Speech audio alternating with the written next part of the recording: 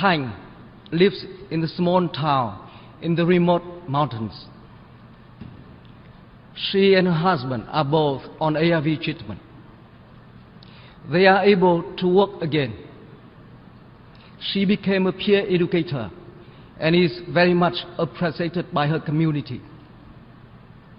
And like a miracle, they have very cute and healthy baby girl born without HIV.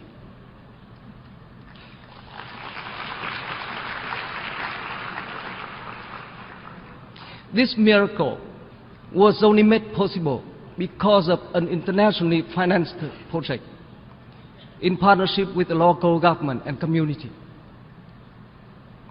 Without this, she would probably not be with us today. And it's not only her.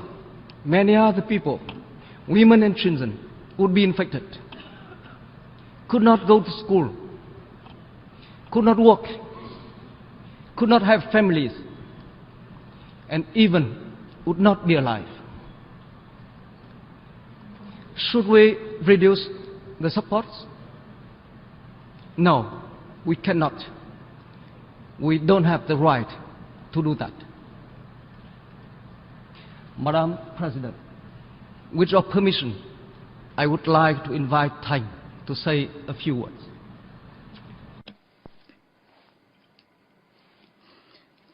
Well, I just want to say thank you. Thank you so much, everybody, for giving me back my life, my hope, and my future. And please do not forget us. Thank you.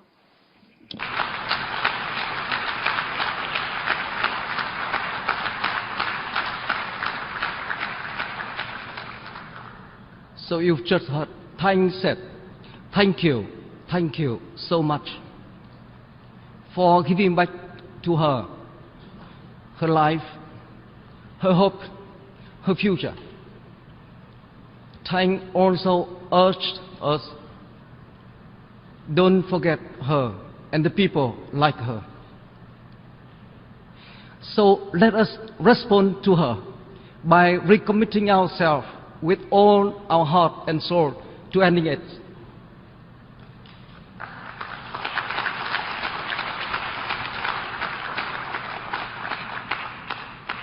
Let us join hands to achieve the 90-90-90 targets with 100 commitment and even more. Thank you for your attention. You are in your economic development. Well, we see that, as you were mentioning, that the lessons that learned from the crisis, we see that the weaknesses that we have as the hurdles and as the task that we will have to do is to eliminate the bottlenecks that we have in infrastructure, education, healthcare system, and in doing that, the government, instead of putting a lot of investment on the infrastructure, will have to prioritize the government spending on the education and healthcare system.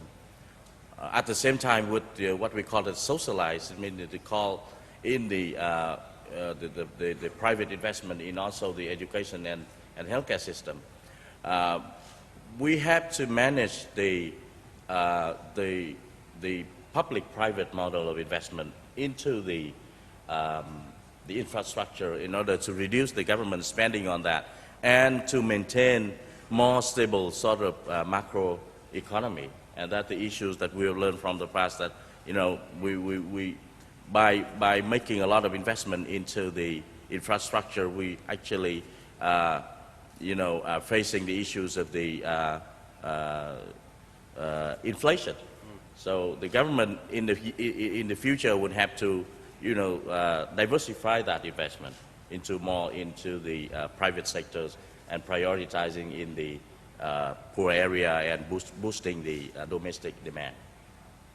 And if I could just ask Mr. Hoang to comment on Vietnam's policy on that, and how does that fit into the overall economic picture? Well, Vietnam is considering the green economy as the must. It's inevitable because when we select the export-led model, the products that are exported to other countries will have to meet all the environmental standards and criteria. Secondly, Vietnam is actually the countries that in a longer term is to be the energy imported countries. So it doesn't have to reduce it, consumptions of the energy and also improve the efficiencies. And I agree with Quan Kiet that our efficiency is very, very low, and it's about we have to use at the moment more than 20% of our energy for producing one unit of GDP. So the green economy as the must that we will have to embark on that. The government is set up the strategy, and we have to follow all the international standards for environment. We have to build all the feasibility study for every project to do with the environment evaluations.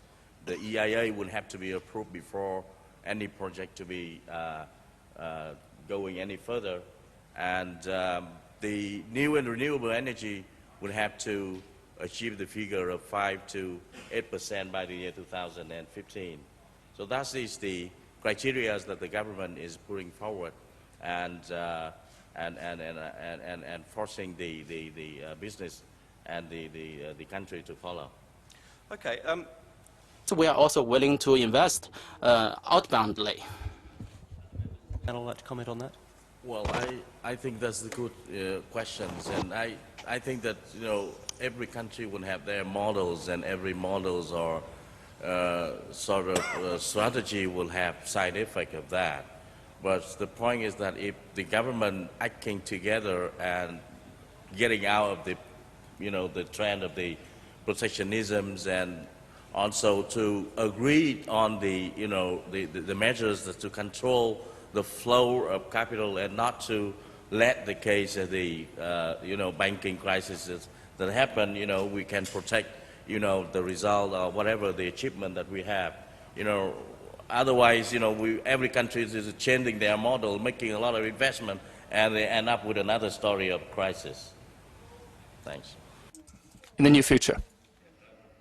Well, actually, in our case, the stimulus package is not as big as that in China. We have only about $6 billion. But we see that the stimulus money was coming first to the small and medium enterprises, which employ 90% of our labor force.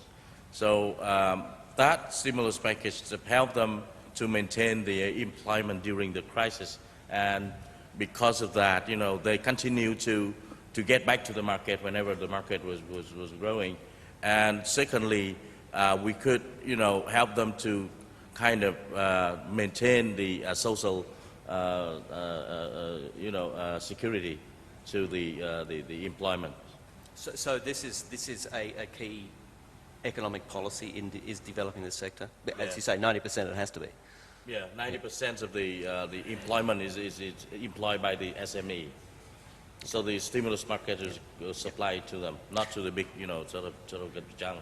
Mayor Harrison, what's the experience in Japan? And again, is it something that needs to be looked at as far as rebalancing an economic model? Years for the full recovery. With all the lessons learned from the crisis, the crisis of '97, make the Asian countries more experienced on dealing with it, and with this crisis, and with the program that the G20 have put forward, and with the willingness that the countries all over the world are willing to act, collectively. So I believe that, the market will not coming down again like the W, sort of share. Good afternoon, ladies and gentlemen. Thank you very much, Schoolmaster, for the kind introduction. I think that you shoot me to the sky, to the moon now. I'm so glad to be back to the CSIS. I came here also last year with the presidents of Vietnam to he gave a speech at this CSIS. And also, I believe that this institutions is a world-class think tank, renowned not only in the United States, but all over the world. Many ideas from CSIS reports and roundtable discussions are inputs for policy makers. It's also a nice surprise to know that some Vietnamese scholars are working among you here. And this testifies to the vibrant growth of the all-round relations between Vietnam and the United States, which have expanded to all fields, including the research on social sciences. There is now a lot of potentials for the two countries to work together for the benefits of the peoples of the two countries and for peace, prosperity, and development in Asia and the Pacific. That is why, more than 1 year ago, President Trương Tân Sang and President Obama announced the establishment of our comprehensive partnership to provide an overarching framework for bilateral cooperation in all areas to capture those potentials. We are, however, even eager to learn more ideas about how to promote even further the US-Vietnam relations. In that spirit, I welcome the launch of the report titled A New Era in Vietnam-US Relations, Deepening Ties After 2 Decades of Normalizations by Murray Hinber, Gregory Bowling, and Phương Nguyen. Thanks, Murray, for your efforts and leadership in this project, and also the recommendations in the report. I highly value the quality of the report, as well as some constructive policy recommendation retained in the report.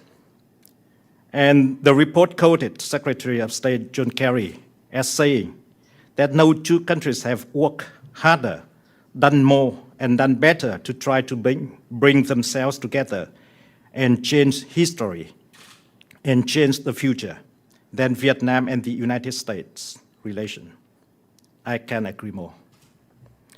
The dramatic progress of the Vietnam-US relations in the past 19 years is simply unimaginable, even for the strongest supporters of the normalizations of relations, such as the then Senator John Kerry.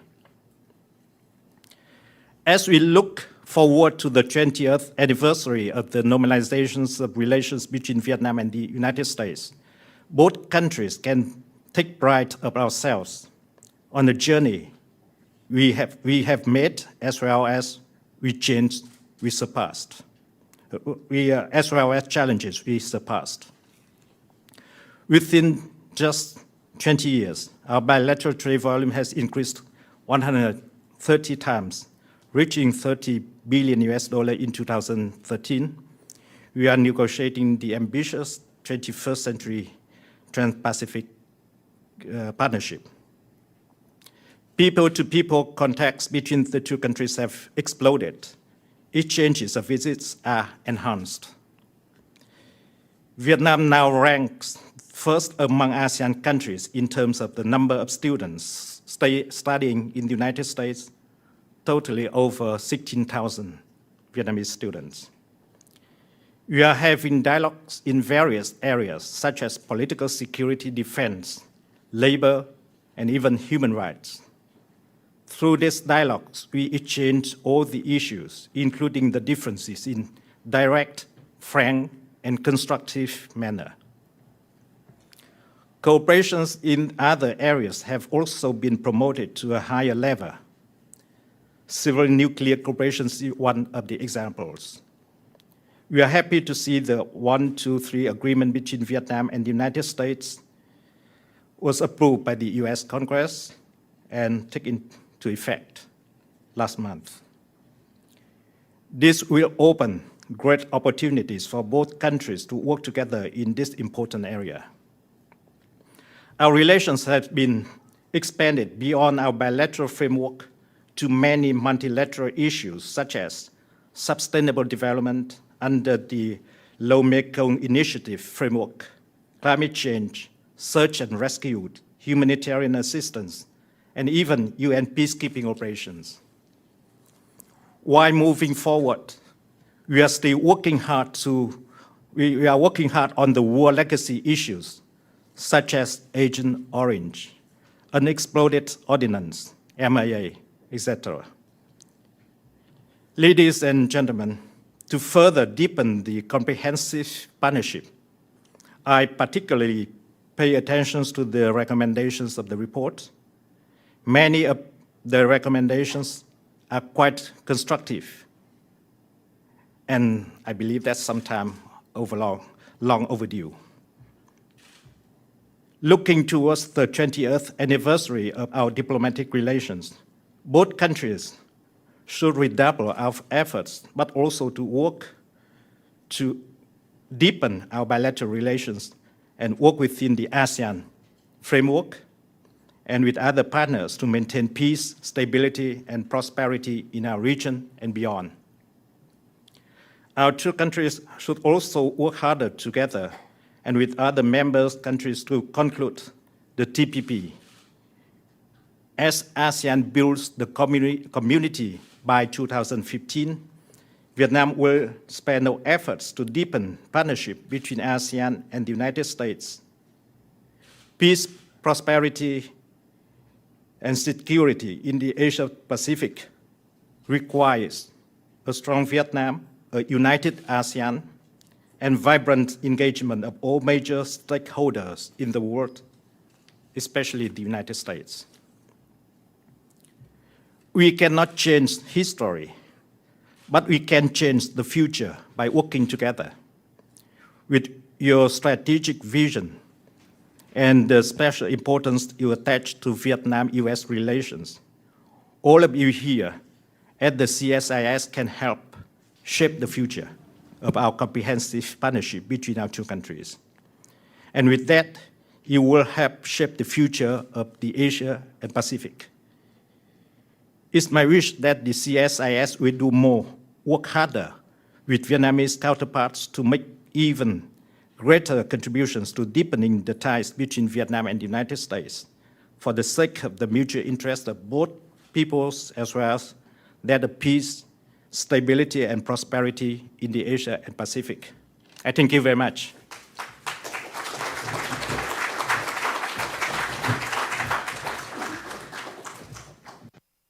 Thank you, Mr. Minister. In a special edition of East Line, where we commemorate the 70th National Day, September 2nd, we are honored and delighted to welcome to our studio Professor Dr. Nguyen, Nhan, Politburo member and president of the Central Committee of the Vietnam Fatherland Front. As someone who has assumed many high-ranking positions in the government and state and is an experienced economist himself, Professor Nguyen Nhan will share with us his insights into the achievements of Vietnam's economy thus far. Thank you very much for taking some time out of your busy schedule to be with us in our show today. My pleasure. First of all, as this year Vietnam is commemorating the 70th anniversary of the National Day on September 2nd, over the past 7 decades, the country has witnessed tremendous growth, especially since the country entered the renovation period, or the đổi mới. As an economist in this field, what do you think have been the milestones in the GDP growth of Vietnam so far? After the end of the war, we wish we can rebuild our country, we can achieve high growth. But after the first 10 years, the economy went down into crisis. And we have to draw the lesson that planned economy didn't work.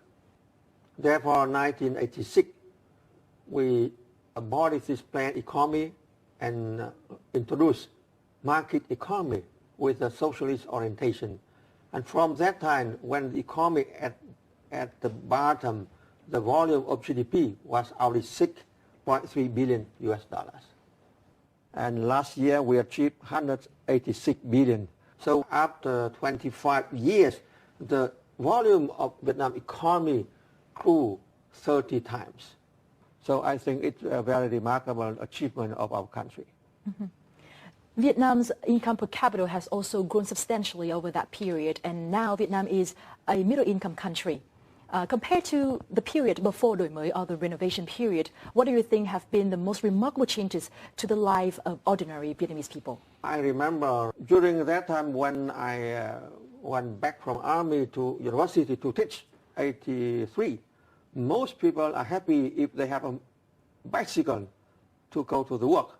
But today, most are driving motorbike and when they have private cars. Also, TV was a big dream at that time. But today, every household has 1 or 2 TV in Vietnam. Also, telephone in family is a luxury at that time. But today, we have by 91 million people in the country, 150 million telephone and mobile phone in Vietnam. So we can say that with this achievement from economic and social aspect, the poverty ratio went down from 62% in 1990 to 8% last year.